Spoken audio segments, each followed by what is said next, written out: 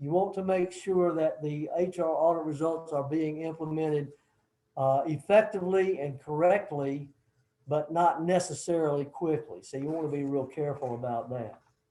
So next slide, please. So when do we audit?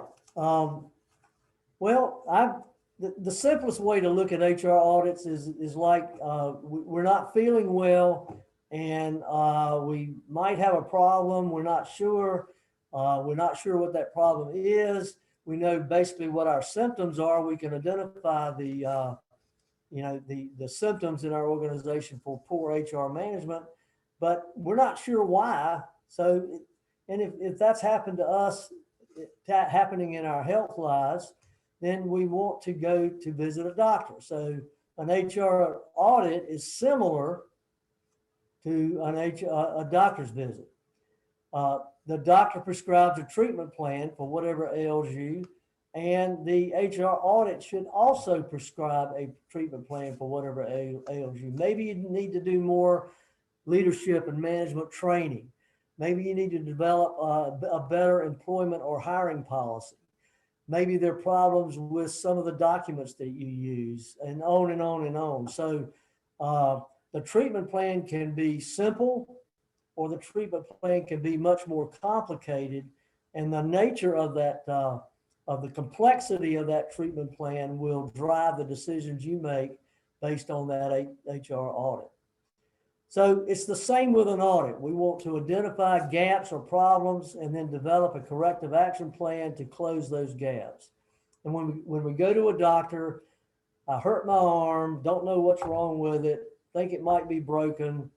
I go to the doctor and, oh, it's not broken, it's just strained, and I get a treatment plan, and then it takes several weeks for it to recover and so on. So, and that's similar to what happens in an HR audit, oversimplified maybe, but at least there's some similarity. So next slide, please. So what are the general elements of an audit then? We focus on three different things, basically. We focus first on key delivery areas. So what are our HR deliverables in your organization? That is, what HR functions are a major component or a major part of your organization, and you want to identify those deliverables, and those are parts of the audit. They become parts of our HR audit. The second thing is evaluation of HR practices and procedures. And we want to look at all of our HR components. We want to look at our employee handbook. We want to look at our HR policies and procedures. We want to look at our practices. We want to look at how we implement HR decisions. We want to look at how we treat our employees. We want to look at our management training and development programs, performance management, leadership, and so on and so forth. So we want to look at all of the variables that are part of the audit. And again, if you have an audit that's focused strictly on FLSA issues, exempt and non-exempt status, that's what you're going to look at. But if you're looking at a full and complete audit, you're going to look at all of the components of your HR practices and not just the one component. So it's really important that we just identify, number one, what are our objectives? And number two, what deliverables are we going to be looking for? And the third item is we want to look at our key indicators. Now, so what do we mean by that term, key indicators? Those are things that, things that we use to measure HR in our particular organization. Turnover is typical. Absenteeism is typical in some organizations, but not in all. Turnover is typical in some, but not in all. Budget management. How well is HR managing its budget for recruiting, for various HR components, for workers' compensation, for other things of that nature? Number of complaints and grievances. I know of companies that look at how many EEO complaints they get every year. Granted, it's a large company and they get a lot because they're a very large company. but they look at that's one of their key measurables because they want to keep those to a minimum. They have goals and objectives that are set for that. So that's what you want to look at. You want to look at the strategic responsibilities of HR and how well we're performing. We, being the HR department, are performing on our key measures. Okay, next slide, please.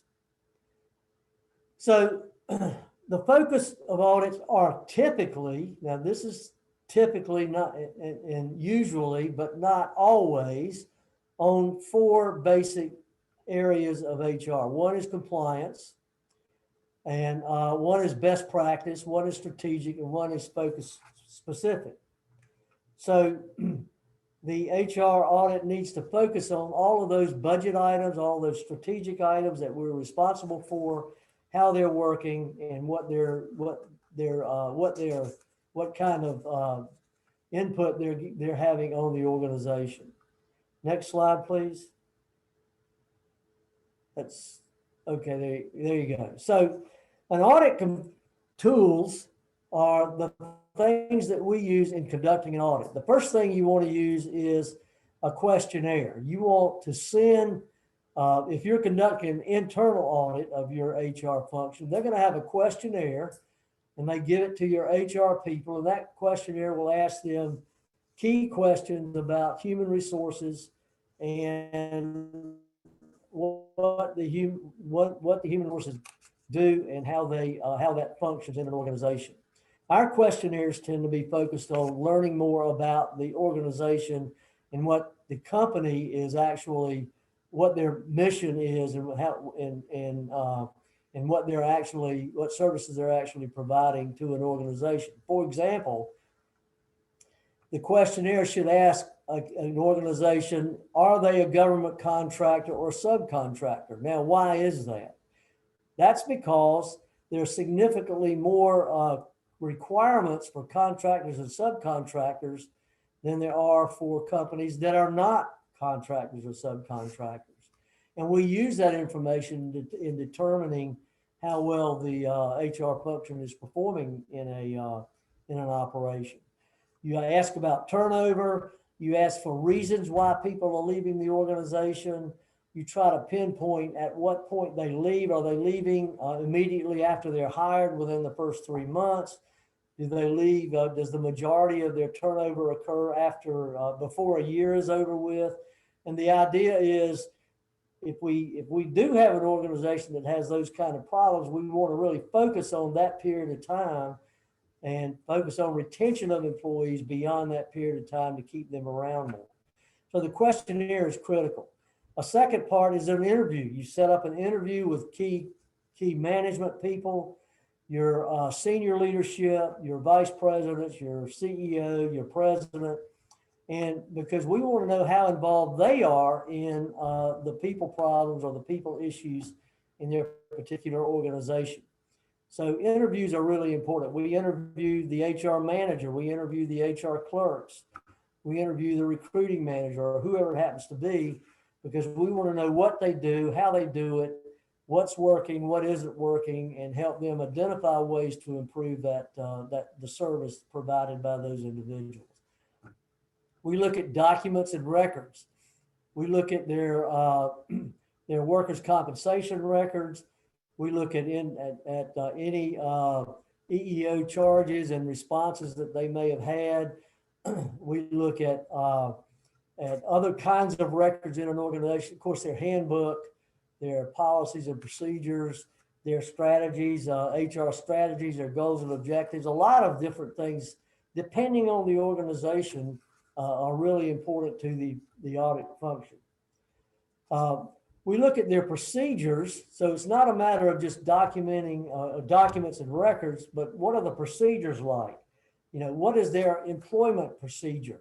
What is their employment process? Do they have a policy? Do they follow that policy? Do they do testing? Do they not do testing? Do they do, how many interviews do they do? Do they check references? When do they check references? What does their job application look like? Does it have all the key parts that it should have, and so forth? We look at compliance on various statutes and rules and regulations. And that's really important. We'll get to that a little bit later. And then we look at compensation and benefit strategy.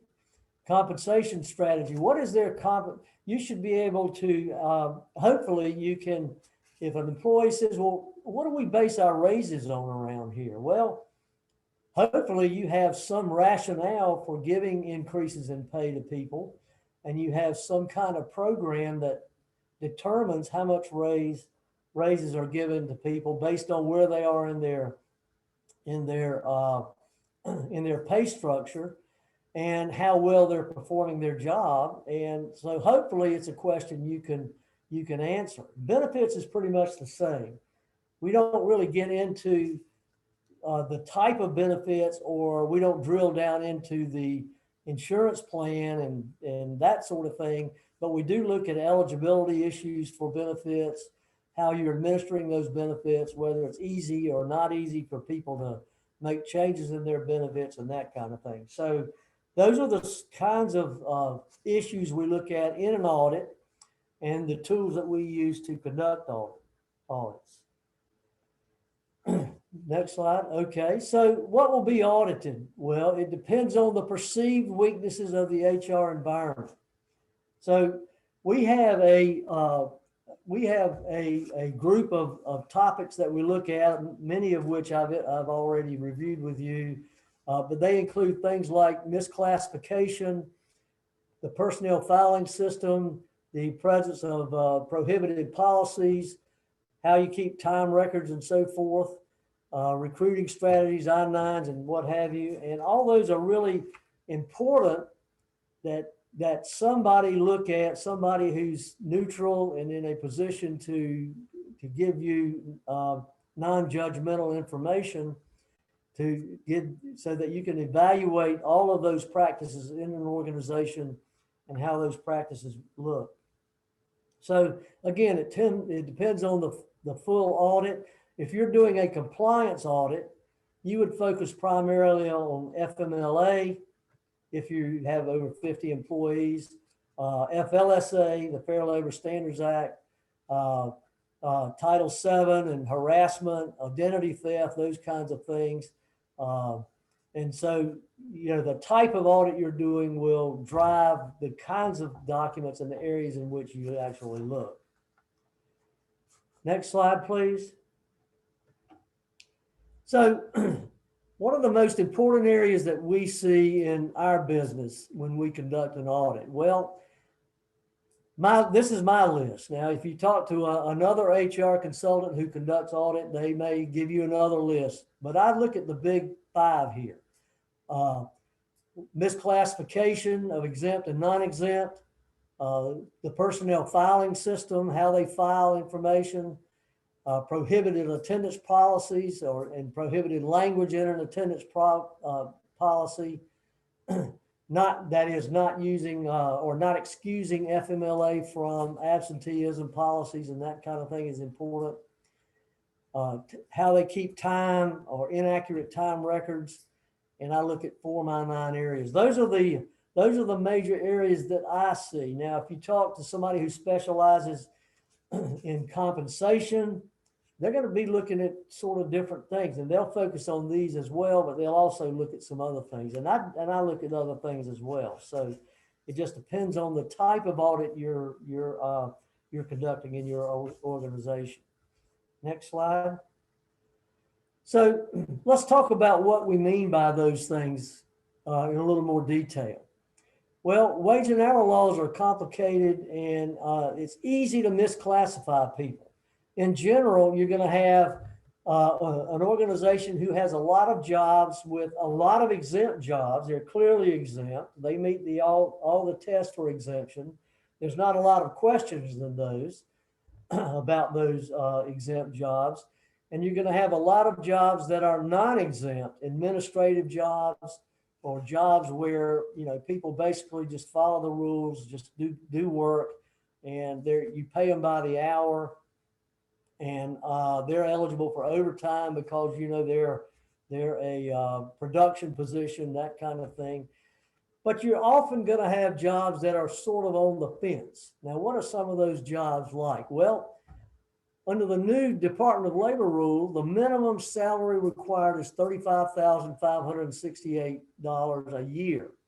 That's the minimum salary. So if somebody's making $28,000, they're not eligible to be treated as exempt. You cannot treat them as exempt.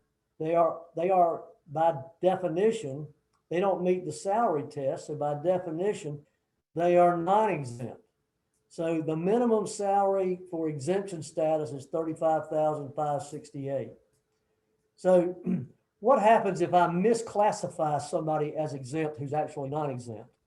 Well, the biggest area that I see with this is that there are a lot of managers who assume that if they pay somebody a salary, then they don't have to pay them overtime because they're guaranteeing a salary. Well, that's not correct. They can pay them a salary, but if they're not making more than $35,568, at least that amount or more, then you have to pay them overtime. So you have to do a calculation on a weekly basis to determine if they work over 40 hours to determine what their hourly salary is or hourly rate of pay is, and then based on the overtime and pay them that overtime. So the other major problem with, the major problem with misclassification is failing to pay overtime. And so if you have somebody making less than $35,568 and you're not paying overtime and they do complain to the wage and hour division, you're going to have that's going to trigger an inspection, and they're going to come in and inspect and make you pay overtime based for the last 2 years. There's a 2-year statute of limitations for that. So what happens if you don't have time records? Well, if you don't have time records, they're going to ask the employee if they have a time record. And guess what? Our employees will have a time record. And they're going to pay them whatever the employee says because you don't have a record, they do. So they're going to go by the employee's record. So failure to keep time records is a major issue in misclassification. Next slide, please. The second major category is inadequate personnel files. Now, keep in mind, your personnel records are your first line of defense. And if you do a poor job managing your personnel records, you have a poor first line of defense for even simple things like unemployment. If you have employees and you lay somebody off, and you lay off Graham, and Graham goes down to unemployment office and files for unemployment because I was laid off, then you're going to have to go back and give them a year's worth of salary information so that they can give the employee what they're entitled to. So if you don't have a good record of that, then you're up the creek. Or you give them the salary information for a similar job or the same job that somebody has. You know, what is their work? And what they're looking for is to pay unemployment based on their work schedule. So poor documentation can kill us in an unemployment situation. So another problem, performance evaluations may be missing, ambiguous, inaccurate, or outdated. How many times have you noted that, oh, Graham, he's a nice guy, but he is not a very good employee. And so you run me off or you fire me for poor job performance. Well, and then I go down and I file for unemployment, or I'm old, so I file an EEO charge against you for age discrimination. And they ask for your performance evaluations. So you give them all my performance evaluations and they all look great. And yet I was fired for non-performance or poor performance. So your performance evaluation should reflect what's really happening with your employees. The third area, failure to have personnel in a confidential file. So I mix up my my employee records in the same file. Well, medical information is confidential information. Background checks, if you do a background check before you hire somebody, is confidential information. It's a need to know basis. So you have to have two different kinds of files in your filing system. One is a personnel file, and you keep job application and some things like that in that personnel file. The other is a confidential file, and anything with confidential information primarily focused on Social Security numbers need to be kept in that confidential file. Some companies even have a third category for medical information. They have a personnel file, they have a confidential file, and they have a medical file. And they keep medical information in their medical file. They keep criminal background checks or things like that in their confidential file, and everything else goes in the personnel file. And then the last area, poor record keeping affects the first line of defense for unemployment, wrongful termination, discipline decisions, and promotion and demotion discharges. Now, there's some points about this we're not going to have time to talk about. We'll get to, but you need to really look into that more thoroughly. Next slide, please. Prohibited attendance policies. And this will be primarily FMLA's impact on attendance if you have more than 50, but using words like will terminate, will be terminated. The EEOC doesn't like the word will. They expect you to take every case on a case-by-case basis. For example, if you have somebody and they're out with a sick child and they accrue 4 absences and the 5th one they're terminated, then you would have to give them more consideration, or you would be expected to give them more consideration because of the nature of the absences versus somebody who just laid out on you 4 times and then on the 5th time they had a problem. So that's a big key. Conflicting state and federal laws occasionally in some states, not so much around here, but in some states. The impact on workers' compensation, FMLA, disability accommodation, and pregnancy laws, all those things interact with each other.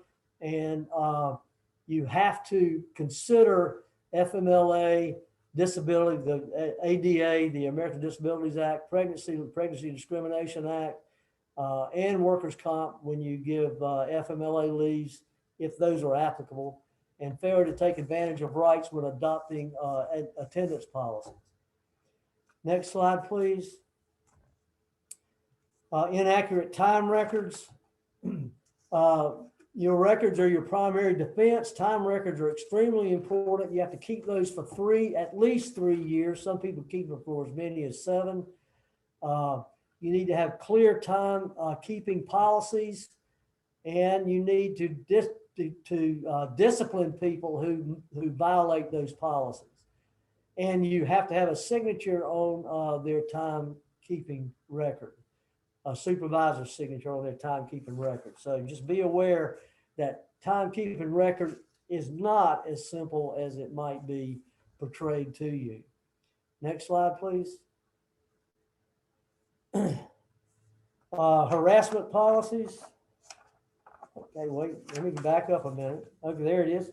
I-9 errors. 2 types of major I-9 areas are technical and substantive. If you have an I-9 audit, the Department of Labor will give you an opportunity to correct the technical errors, but can penalize you, financially penalize you for substantive errors. And I've listed some: missing forms, failing to update the form if it's required, failing to complete sections 1 and 2, and so forth. You can read for yourself. And the last one, not keeping copies of documents providing identity and ability to work. Now I put on here E-Verify. If you have more than 25 employees, 25 or more employees in North Carolina, you have to do both I-9s and E-Verify. E-Verify is a simple process, takes 3 to 5 seconds to get E-Verification. Your company has to be registered, but it's a fairly simple process, but it is necessary if you have 25 or more employees. Next slide, please. Graham, excuse me, Jill Johnston raised her hand. She's got a question. Okay. Can we unmute her real quick? Dana, Let's see, hang on. I think you have to do that, John. Yeah, Yeah, I just promoted a panelist. what's that? I just promoted her to panelist. Okay, so she can, I'm just trying to find her name. Well, it might be better if she writes Here it a is. question on the chat box and then we can answer it off. We can do, that'd be great, Jill. If you can stick on for a minute afterwards so we can get through the presentation. Happy to Absolutely. answer. Yeah, Yeah, okay. absolutely. Thank you. Okay. And you can see the slide. I'm not going to spend a lot of time with that, but poor documentation, conducting investigations is really critical. Documenting the file. If you have a he said, she said, then you need to make sure that you keep those in a separate file, the documentation in a separate file, because if she's accusing him and he does it again, then you would want to be able to use that evidence of the previous accusation in the second accusation. So it's really important that you treat harassment investigations in a very significant way. And failure to take appropriate action, such as inconsistent disciplinary action. For example, somebody I don't like is accused, and they admit it. Yeah, I did it. And first time they ever did it, no evidence of any previous misconduct, and I fire them. Well, that more than likely wouldn't be a termination of offense. I should discipline them, but termination wouldn't be in order. But inappropriate touching is almost always a termination offense. So there are degrees of harassment that are subject to termination and are not subject to termination, and we need to be aware of those. Next slide, please. So the last two slides really deal with the outcome. We're running out of time, and I want to be sensitive to that, but it's really important that we keep in mind that we're looking for something from this audit and do our best to get the audit and then build from that audit. And go to the next slide, if you would, the next slide. Okay, create an action plan. And you want people to summarize the data and provide feedback. You know, where are the gaps, where are the problems, and they've identified those problems. You want the organization to look at the risk and the cost level and rate those risks. And I use high, medium, low, A, B, C. Either way you can do it. 1, 2, 3. There are different ways to rate those. A 1 risk would be the highest. A 3 would be the lowest. Discuss the results with senior management because they have to buy in and approve of a lot of things. But just be aware that these are all discoverable if you happen to be challenged, and failure to act may increase in legal risk. So if you get an audit report and you do nothing, that could be worse than never having an audit report. So it's really important that if you engage in an audit, you're going to take action resulting from that audit. Okay, so Dana, go to the last slide, and I'll turn it back over to you. All right, thank you, Graham. That was very informational, and I know we've got a couple questions. So if people would like to stay on afterwards, you can unmute yourself and ask questions or type a question in the chat box and we can address it. But here is Graham's contact information. We also have John Wing on, our business development specialist, and he can answer questions for you as well, or he's a great contact just for some more information. We do provide these webinars monthly. We have a special one coming up August 6th, and I didn't get that one on here, but it is feedback to move ahead and smarter and stronger. So John, who's on here, and Michelle Mott will be doing that one. That's on August 6th. I did send you the webinar flyer, and you can register directly from the link that's on that flyer. The next one coming up is after August 6th is discover a new way to engage and connect your people. We have Sandy Bateman, the Director of Learning and Development with JER HR Group. And then September 7th, I have a flyer on my face. I don't know if anybody can see that or not. September 17th, compensation plan design, and October 15th, 3 simple strategies to lead your team. Michelle will be doing that one. Please, when you close out of this, please complete the evaluation. We appreciate your feedback. It does help us determine what upcoming webinars we should have. And a lot of these webinars are based off of a survey that we sent out earlier this year, but what we want to keep your feedback coming so we know what's important to you and we can provide that information to you. Again, thank you, Graham, and thank you everybody for participating in this webinar and taking the time on this Friday morning. Everybody have a great weekend, and I'm going to have to run, but Graham and John are going to stay on to answer any questions. Elaine, do you want to unmute yourself? I know you had a question. Yes. Hi, Graham. It's so good to see you, although remotely. But Hey, it's Elaine, wonderful. how you doing? I'm good. How are you? All right. Good. My question is, we're in the process of converting to a new HR and payroll system. And so we typically do not print timesheets. Should I print out all of our timesheets for the last 12 months? No, you don't have to, as long as they are saved in a in a file, an electronic file that you can easily access and can print if you have to. Okay. All right. Does that make sense? Yes. Mhm. So you don't have to keep hard copies of anything in today's world, but you may, and it may be that if the Department of Labor came in and looked at your operation, they could look at the electronic files. They may want hard copy files, and then you have to print them. So that answers it. So Graham, Great to see you, by the way. Thank you. It's great to see you too. Michelle, are you still on? She had a question. She asked about if we had a sample of an audit that we'd be able to provide. If we get her contact information, would we be able to forward something over to her, Graham? Yeah, yes. Is there anything specific on that, Michelle, that you're looking for? Can you unmute yourself, please? If you're still on. Michelle. So she wanted I'll just get it to you, John. That's fine. And I'll get her contact information. I can forward it on to her.